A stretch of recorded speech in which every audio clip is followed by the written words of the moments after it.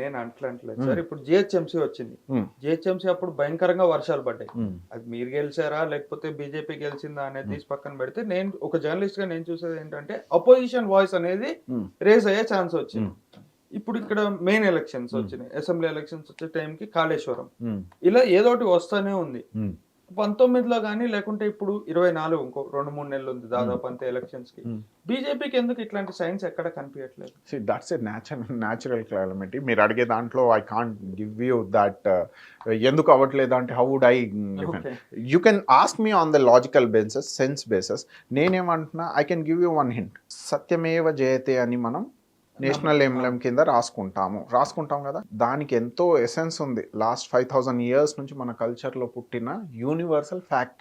సత్యానికి ఈరోజు మోడీ, అమిత్ షా, జేపీ నడ్డా ఎంత వంకర్ తింకర్ చేసినా, అరే దేశానికి నడిపించడానికి చెప్పని కసీనా కావాలన్నా, ఎంత ఇప్పుడు వాదన చేసుకున్నా, ఎవరైతే ప్రజలతో మమేకం అవుతూ ప్రజల పక్షాన మాట్లాడుతూ సంపాదన అంతా ఈ దేశానికి ధారబోసి ఈరోజు ఇల్లు లేకుండా ఎవరైతే దేశం కోసం పోరాడుతుండో, ఎవరైతే కాన్స్టిట్యూషనల్ గట్టిందో కాంగ్రెస్ పార్టీ రచించడానికి, లాస్ట్ 1885 నుంచి కాన్స్టిట్యూషన్ రచించడానికి కూడా Congress party major role play చేసింది. అసెంబ్లీ పార్లమెంట్ కాన్స్టిట్యూషన్ అసెంబ్లీలో అంబేద్కర్ని గెలిపించుకొని కాంగ్రెస్ పార్టీ తీసుకెళ్లి చైర్మన్ చేసింది. లెట్ మీ కమ్ టు గెలిపించింది కాంగ్రెస్, ఓడించింది మీరు. ఎగ్జాంపుల్ చెప్పాలి. నేను ఇంత చేసిన తర్వాత కాంగ్రెస్ ఈరోజు చేసింది దేశానికి ఏంటంటే, ఓ చాయ్ వాళ్ళ కూడా ప్రైమ్ మినిస్టర్ అవ్వచ్చు, మీరు నేను ఎవరైనా ఏ సమాజంలో అవ్వచ్చు. అంత చిత్తశుద్ధిగా ఆ కాన్స్టిట్యూషన్ని, ఈ దేశాన్ని నడిపించింది కాంగ్రెస్. రేపు రాబోయేది కూడా కాంగ్రెస్. సత్యానికి కొంచెం ఇప్పుడు మీరు అనుకుంటున్నారు 20 days ఉన్నాయి, ఎవరు అనాలిసిస్ నాకు అన్నారు, నాగేష్ గారు ఈ మధ్య 2020 ఎవరైతే ఆడతారో వాళ్ళే గెలుస్తారని. అబ్సల్యూట్లీ 2020 ఆడేటోళ్ళు గెలుస్తారేమో సార్, ఆర్మ్ పవర్స్లో, వోకల్ పవర్లో. అబద్ధాలు అంత గట్టిగా చెప్తే అంత యువత అట్రాక్ట్ అవుతుందేమో, కానీ ట్రూ గేమ్ ఆట నేర్చుకోవాలంటే టెస్ట్ ఆడాల్సిందే. So I'm telling you, there is logical. ఎప్పుడైనా యూనివర్సల్ సైన్స్ అనేది ఒకటి ఉండాలి సమాజాన్ని యాక్సెప్ట్ చేయడానికి. ఇప్పుడు మీరు ఏదో అబద్ధాలు చేసి మబ్బి చేసినప్పుడు గ్రేట్, గొప్ప గొప్ప గొప్ప అంటారేమో, కానీ డౌన్ ద లైన్ కాంగ్రెస్ ఒక్కసారి సెంట్రల్లో పవర్లో వస్తే కాంగ్రెసే ఉంటుంది. సో ఇవన్నీ వాస్తవాలు. అందుకే రాశారు సత్యమేవ జయతే అని. దానికి ఎసెన్స్ మీకు చూస్తున్నాను. Be patience for it. Right. Coming to state politics sir, national discuss చేసాం ఇప్పటిదాకా. స్టేట్ పాలిటిక్స్ లో రాగానే రేవంత్ రెడ్డి గారు సీఎం అయిన తర్వాత చాలా డ్రాస్టిక్ చేంజ్ అనేది అయితే కనిపిస్తుంది. నంబర్ 1 చేంజ్ వచ్చేసి ట్రాఫిక్ అనేది కొంచెం క్లియర్ అయింది, ట్రాఫిక్ టెన్షన్ అనేది కొంచెం తగ్గింది. ఇంకోటి, రేవంత్ రెడ్డి గారు ఆయన himself is a real estate master. ఆయన కొన్ని విషయాల్లో కొన్ని ఇంటర్వ్యూలు ఇస్తున్నప్పుడు ఎలక్షన్స్ కి ముందు వేరే ఎప్పుడైతే హ్యూజ్ క్యాంపెయినింగ్స్ నడిచినాయో, ఆయన చెప్పింది ఏంటంటే హైదరాబాద్ లో బిల్డింగ్స్ పద్ధతి ప్రకారం అనేది కడతలేదు, అడ్డగోలుగా పర్మిషన్లు ఇస్తున్నారు, అడ్డగోలుగా పార్కింగ్ స్పేస్లు అలాట్ అవుతున్నాయి. ఆయన he gave a very big explanation on that. Traffic సమస్యని ఉద్దేశిస్తే మీకు నెక్స్ట్ ఫర్దర్ కమింగ్ డేస్ లో ఎలా చూస్తారు ట్రాఫిక్ సమస్యని? ఎందుకంటే హైదరాబాద్ లో నంబర్ 1 తలకాయ నొప్పి తెల్లారి మనుషులు వేసాడంటే. ఫస్ట్ థింగ్, తెలంగాణలో దేశంలో పెద్ద తలకాయ నొప్పి అబద్ధాలు మాట్లాడేటోళ్ళకి బర్తరఫ్ చేయడం. ఎందుకంటే దానివల్ల ప్రాబ్లమ్సే వస్తాయి. ఇంకో పెద్ద ప్రాబ్లం యువతకి ఎంప్లాయ్మెంట్ లేకుండా. ఇంకో పెద్ద ప్రాబ్లము మాన్సూన్ రెయిన్స్ రాకపోతే మన ఫార్మర్స్ సర్వై అవ్వలేరు, రైతాంగం సర్వై అవ్వలేదు. ఇవి major problem. At the same time Hyderabad traffic is also greater problem. నేను ఇప్పుడు మీకు చెప్పే అష్యూరెన్స్ ఏంటంటే, ఇప్పుడు సీఎం రేవంత్ అన్న, ఒకప్పుడు అపోజిషన్ లీడర్ రేవంత్ అన్న పిసిసిగా ఆయన ప్రూవ్ చేసుకున్నారు, ఆయన ఏబుల్ లీడర్ అని ప్రూవ్ చేసుకున్నారు, ప్రజల్లో నమ్మకం వచ్చేటట్టు చేసుకున్నారు. Today he became a chief minister. Prove చేసుకున్నారు, ప్రూవ్ చేసుకున్నారు 100%. లెట్స్ సే లాబింగ్ చేసుకొని ఉంటే 100% సక్సెస్ రేషియో ఉంటుందా? లేదు. అంటే నేను దట్ ఈస్ వాట్ ఇక్కడ సత్యానికి అసత్యానికి డిఫరెన్స్. నేను ఇక్కడ పర్టికులర్ గా ఎందుకు అడిగానంటే, లాబింగ్ చేసుకున్నారా అని. I was there on ground zero. ఏది ఎలక్షన్ అయిపోయి రిజల్ట్స్ వచ్చి కాంగ్రెస్ గెలిచింది అన్న తర్వాత మన రాజ్భవన్ బయట మొత్తం అందరూ ఏర్పాటు అయ్యి, అందరూ బట్టి గారు అందరు లోపల ఉన్నారు. అనౌన్స్మెంట్ అనేది ఇంకో గంటన్నరలో అన్నప్పుడు not only every media outlet were there. అక్కడ ఒక వర్గం అంటే ఒక 50 మంది ఒక సైడ్, ఇంకో 50 మంది ఒక సైడ్. ఒక 50 మంది రేవంత్ ని సీఎం చేయకపోతే చనిపోతా, చేస్తే చనిపోతా అని ఇంకొకడు. ఇది లాబింగ్ కిందకి క్వశ్చన్ మార్క్ రైజ్ అవుతుంది కదా. మేబీ ఇది లాబింగ్ కన్నా థ్రెటనింగ్ అన్నట్టే ఇంకా బెటర్ ఏమో. ఓకే. సో వన్ థింగ్, కొందరు అభిమానం టూ మచ్ ఉంటుంది ఓ మనుషుల పట్ల. Are you agree? Yeah 100%. NTR, 100%. YSR, right, there is I అంటే accept. Undeniable fact, right. Fans base వచ్చేసి వాళ్ళ డిమాండ్స్ పుట్ చేస్తారు, కానీ high command decides on merit basis. అవును. ఇట్స్ ఎ కాంగ్రెస్, ఇది new Congress I can say you. Okay. దీంట్లో చాలా సైంటిఫికల్ logical thinking reasoning చేసే పెద్ద లెవెల్లో బ్రెయిన్ స్ట్రామింగ్ చేసుకునే సెలెక్ట్ చేస్తారు. 100%. ఏదో ఇష్టం వచ్చినట్టు చేయరాడు. అవును. సో రేవంత్ అన్న పేరు సీఎంగా వచ్చిందంటే గ్రౌండ్ జీరో మీరు ఉన్నారు కాబట్టి గ్రౌండ్ జీరో లెవెల్లో కూడా సర్వేలు జరిగాయి. మా దగ్గర ఓ సపరేట్ వింగే ఉంటుంది దానికి. Sunil Kanugolu is leading it. ఓ ఇంటెలిజెన్స్ ఉంటుంది దానికి, different team is leading it. So అవన్నీ ఫ్యాక్ట్ బేసిస్ రిపోర్ట్ చేసిన తర్వాతే ఆయన ఓ మంచి నాయకుడు రూపంలో, ప్రజలు ఎన్నుకున్న నాయకం రూపంలో బయటికి వచ్చాడు. అంతే తప్ప లాబింగ్ ఇవన్నీ ఎవరిచ్చే కామెంట్స్ తెలుసా? ఇన్ఎబిలిటీ ఉంటాయి చూడండి పర్సన్స్ దగ్గర, ఏదో తప్పించుకోవడానికి, ఏదో ద్వేషం బురద జల్లడానికి. కేటీఆర్ గారు అంటారు చూడండి అసెంబ్లీలో, కొనుక్కొని తీసుకొచ్చింది ఇది అది.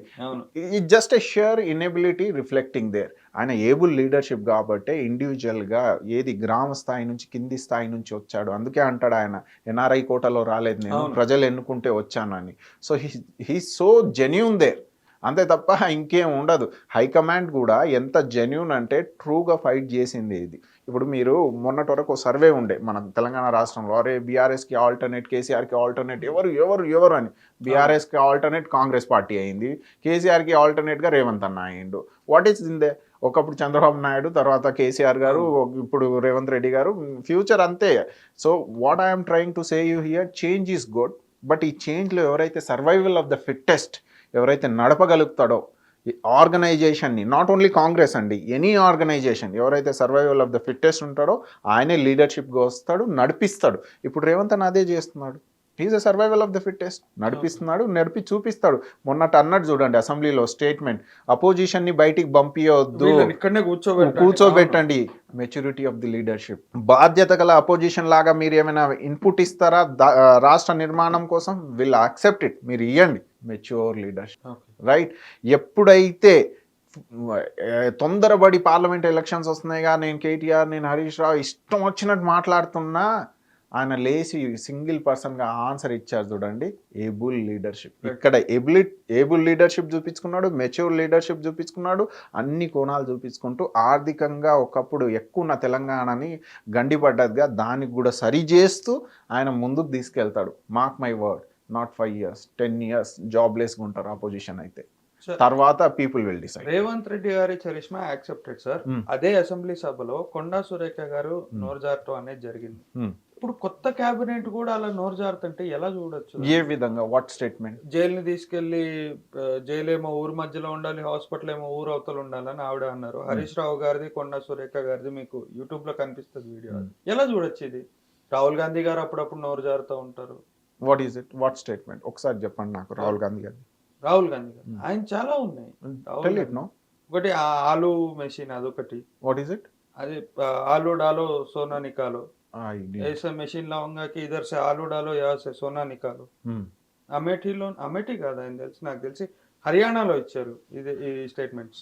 See, I observe my leader carefully, right? మీరు అంటున్నట్టు నోరు జారడమా కొన్ని విషయాల్లో. ఇప్పుడు లెట్స్ సే ఫెరోజ్ ఖాన్ని తీసుకుందాం.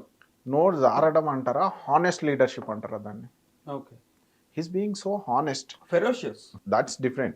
Let's say he's being honest by his statement, by his word. He's ferocious. He's a charismatic leader, no, undoubtedly. Yes. Feroz Khan is exemplary.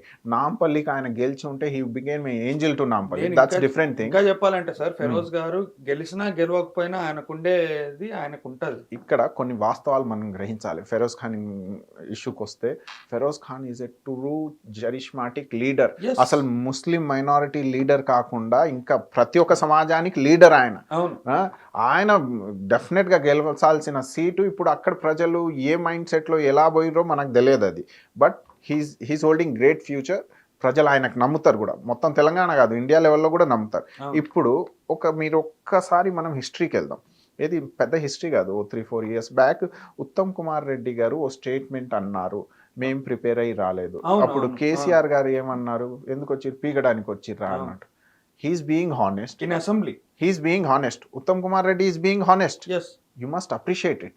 ఎందుకు పీకడానికి వచ్చారు అంటే what kind of response it is, you being a CM, that to in assembly. That to in assembly, what is this? So ఇక్కడ honesty అయినా వాస్తవాలు మాట్లాడాలైనా కొందరు it may sound loose, but he's being honest. Try to understand. ఓ mature leadership లో mature kind of thing లో చూడాలి మనం, అంతేగాని ఇప్పుడు టిఆర్ఎస్ కి వస్తే రేవంత్ గారు కానీ లేకుంటే ఇద్దరు కేబినెట్ సభ్యులు కానీ సపోర్టివ్ గా మాట్లాడారు. టైం తీసుకోండి, ప్రిపేర్ అయ్యి మాట్లాడాలి. దాట్ కైండ్ ఆఫ్ మెచ్యూరిటీ బీజేపీకి బీఆర్ఎస్ ఉందా? మనం ఇది క్వశ్చన్ చేయాలి. ఒకవేళ ఉందా అంటే, లేదా అంటే వీళ్ళ మనకు పరిపాలించేటోళ్ళు, మీరు ఇది చూడాల్సిందే. ఇప్పుడు లెట్ మీ టెల్ యూ అండి, there are scientist, they can't be vocal enough, మాట్లాడలేరు పెద్దగా, but they do beautiful work. That doesn't mean he's pappu, you can't. So time will justify. ఇంకో విషయం, అందరు అంటారు రాహుల్ గాంధీ గారు ప్రైమ్ మినిస్టర్షిప్ అవుతారా అవ్వరా అంటే, ఇంతవరకు అయితే మీరు ఛాన్స్ ఇవ్వలేదు. ఛాన్స్ ఇచ్చిన తర్వాత ఎలా నడిపిస్తాడో చూడండి. Mark my word, he'll be proving survival of the fittest. ఈ దేశానికి కావాల్సింది మానవత్వ కోణంలో నడిపించే మనిషి, అది రాహుల్ గాంధీయే. లేదు మీకు చెప్పనించగా సీనా కావాలి, సర్జికల్ స్ట్రైక్లు చేసిరో లేదో తెలియదు, అలాంటి వాళ్ళు కావాలి. ఈ రోజు మెరైన్ అదే మాటకి స్టిక్ అని ఉంటారు సార్, చేసిరో చేయలో తెలియదని. డెఫినెట్గా. Do have proof of it? Have you saw that?